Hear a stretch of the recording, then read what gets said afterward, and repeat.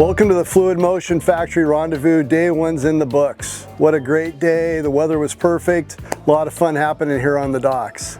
We started this morning with Pickleball 101. We've got the tournament going through the weekend, so make sure you get signed up. If you haven't had a chance to check in yet, come on down tomorrow and we'll get you registered and name badges in your swag bag.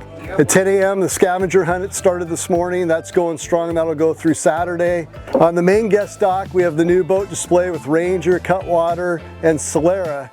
Make sure you come down and check out the new stuff and say hi to the gang. Over on the seaside lawn today, we had the seminars. Thanks to Volvo, Yamaha, George Harris with the fishing and crabbing seminar. Thanks, George, for your time. We also did the chip and sip this afternoon.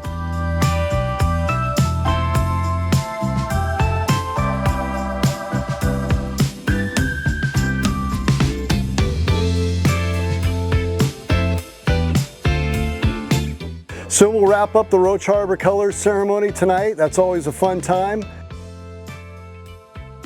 And we'll look forward to a big day tomorrow. Thanks for joining us here at Roche.